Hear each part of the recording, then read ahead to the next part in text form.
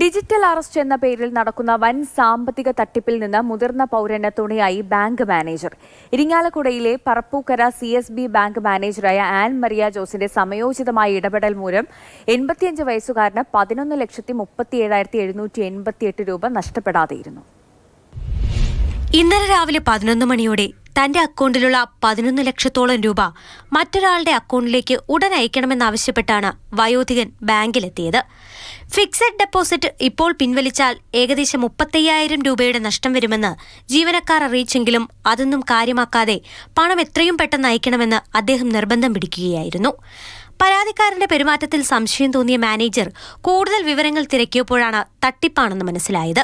എന്നെ ഇങ്ങനെ CBI arrest ചെയ്തു. അപ്പം ഞാൻ CBI അറസ്റ്റ് ചെയ്യുമോ എന്ന് ചോദിച്ചു. അപ്പം ഞാൻ പറഞ്ഞു ഒരിക്കലും അങ്ങനെ വിളിക്കില്ല എന്ന് പറഞ്ഞപ്പോൾ ഇല്ല, എന്നെ വിളിച്ചിട്ടുണ്ടായി, ഞാൻ അറസ്റ്റ് ചെയ്തു. ആൻ്റെ അടുത്ത് ഞാനിത് പറഞ്ഞു കഴിഞ്ഞു കഴിഞ്ഞാൽ എന്നെ സ്പോട്ടിൽ വന്ന് അറസ്റ്റ് ചെയ്യുമെന്ന് പറഞ്ഞു.